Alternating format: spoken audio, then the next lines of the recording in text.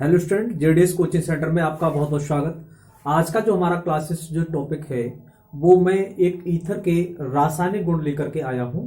और कल के जो वीडियो में मैंने ईथर के इंट्रोडक्शन, बनाने की विधि और उसके भौतिक गुणों के विषय पर मैंने बात की।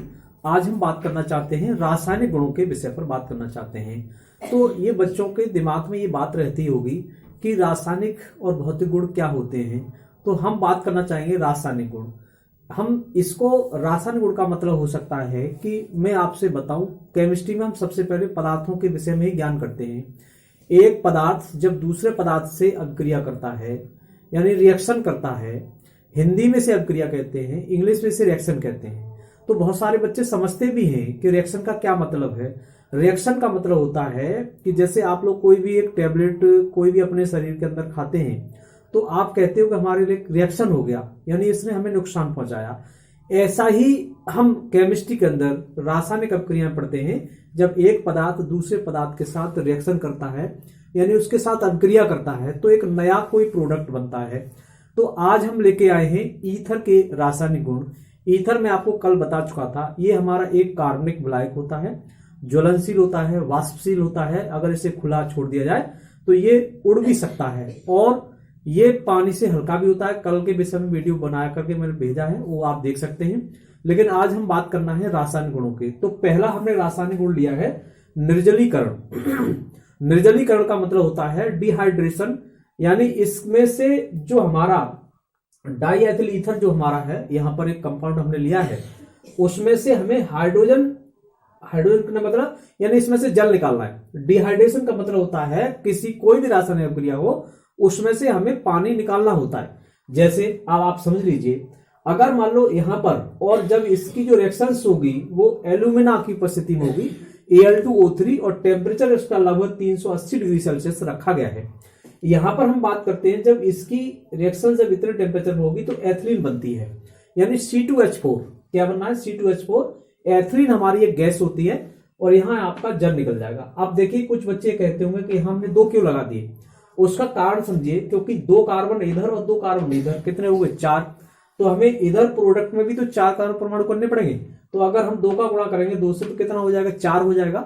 ये हमारा इसी तरीके से, और इधर हाइड्रोजन लगा है, 2 का गुणा हाइड्रोजन से करेंगे तो 4 हाइड्रोजन है, तो 4 का गुणा 2 से करेंगे कितने हो गए? 8, और 2 ये है 10। तो इधर भी हाइड्रोजन देखिए 10 है, 5 और 5 कितना होगा? 10। तो ये रिएक्शन आपकी पूरी तरीके से कंप्लीट। पहला रासायनिक अभिक्रिया मैंने आपको पढ़ा दी। दूसरी रासायनिक अभिक्रिया की बात करते हैं हम, अपचयन यानी रिडक्शन कहते हैं।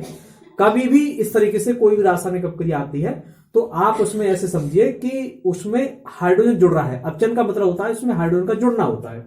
यहां पर देखिए, डाईएथिल ईथर के साथ हमने 4 हाइड्रोजन परमाणु को ऐड किया है यानी जोड़ा है, तो इससे एथेन बनना है। क्या बनना है? एथेन। ये भी हमारी एक गैस होती है और यहां पर आपका जल निकल रहा है। देखिए, कार्बन की संख्या 2 और 2 कितना हो गया आपका? 4 हो गया। 4 का मतलब हमें 2 का गुणा 2 से कर देंगे तो 4 हो जाएगा। और यहां पर हाइड्रोजन संख्या देखें, 5 और 5 10 और 4 कितना हुआ?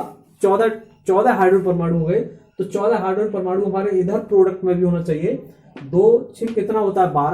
12 तो कितना हुआ? 14, और 1 ऑक्सीजन परमाणु, तो 1 ऑक्सीजन परमाणु हमारे यहां पर मौजूद है। उसके बाद हम PCl5 यानी फास्फोरस पेंटाक्लोराइड के साथ अभिक्रिया, बहुत ही जबरदस्त तरीके से इंपोर्टेंस रिएक्शन है। परीक्षाओं में पूछी जाती है कि डाईएथिल ईथर के साथ में अगर PCl5 की रिएक्शन कराएंगे तो क्या उससे बनता है? उससे बनता है एथिल क्लोराइड बनता है, और इसमें PuCl3 यानी फास्फोरस ट्राइक्लोराइड ये बनना है। यहां पर हमने जैसी रिएक्शन की तो ये एथिल क्लोराइड बना, और एथिल क्लोराइड का मतलब है कि इसमें से 2 Cl परमाणु इसके साथ जुड़ जाएंगे, क्योंकि 2 का मतलब है यहां मल्टीप्लाई 2 का हो रहा है, तो 2 Cl हो गया और PuCl3 बन गया। इसका नाम हो गया एथिल क्लोराइड। एथिल क्लोराइड क्यों कहते हैं इसको हम? एथिल क्लोराइड इसलिए कह रहे हैं क्योंकि इसकी रिएक्शन हमारी, क्योंकि C2H5 को एथिल बोलते हैं तो एथिल क्लोराइड बनता है। अगला है एसिटिल क्लोराइड। एसिटिल क्लोराइड की रिएक्शन हम डाईएथिल ईथर से कराएंगे, यानी एसिटिल क्लोराइड का फॉर्मूला होता है CH3COCl होता है। इसकी उपस्थिति AlCl3 की उपस्थिति में निर्जलीकरण, तो एथिल क्लोराइड इससे ही बनना है और एथिल एसीटेट ये बन करके तैयार हो रहा है। ये इसकी रिएक्शन थी। अगर मैं 5वें रिएक्शन के बारे में बात करूं, यहां पर है HI के साथ, यानी HI का मतलब होता है हाइड्रोजन आयोडाइड के साथ रिएक्शन कराएंगे तो एथिल अल्कोहल बन करके तैयार हो रहा है। क्या हो रहा है? Ethyl alcohol. देखिए यहाँ पर एथिल अल्कोहल हमारा बन रहा है, क्योंकि दो एथिल है तो देखो C2H5 एक इधर है और एक C2H5 इधर है और आयोडीन इसके साथ जुड़ रही है, तो ये एथिल आयोडाइड हो गया और ये एथिल अल्कोहल बन रहा है। एथिल अल्कोहल एक तरीके से हमारा एक नशीला पदार्थ, ये हमारा एक तरीके से वाइन होती है, शराब होती है एथिल अल्कोहल। और इसके उपयोग के विषय पर बात करें हम, तो उपयोग एक निश्चेतक के रूप में, अगर ईथर का अगर हम किसी व्यक्ति को सुंघा दिया जाए तो उसको मूर्छा आ सकती है, यानी उसको बेहोश हो सकता है वो, ये ईंधन के रूप में है। क्या है? ईंधन के रूप में भी इसका उपयोग करते हैं हम। किसके रूप में? ईंधन। ईंधन का मतलब होता है जेट विमान जो हमारे होते हैं उनमें हम इसका ईंधन भी, जैसे डीजल पेट्रोल का हम अपने ईंधन के रूप में यूज करते हैं, उसी प्रकार से हम ईथर का भी ईंधन के रूप में भी उपयोग कर सकते हैं। तेल वसा आदि के रूप में भी, अगर जैसे कोई भी, जैसे एक उदाहरण के तौर पर बात कर ले, जैसे वॉर्निश कोई पेंट होती है, हमारी गाड़ी आती है बहुत, उसमें अगर ये ईथर मिला दें हम, तो ईथर मिलाने पर वो पतला पतला टाइप का हो जाएगा, यानी वो एक ब्लैक का कार्य कर रहा है आपका, और ये ठंडक उत्पन्न करने में भी इसका उपयोग है। तो जो बच्चे यहाँ पर, ये मैंने आज रासायनिक गुण पढ़ा ईथर के, इसमें आप लोगों को कोई समझ में नहीं आती है बात को कमेंट्स करेंगे, दूसरे बच्चों को शेयर करने का भी कार्य करें, इससे कि अन्य बच्चों का भी लाभ हो सके।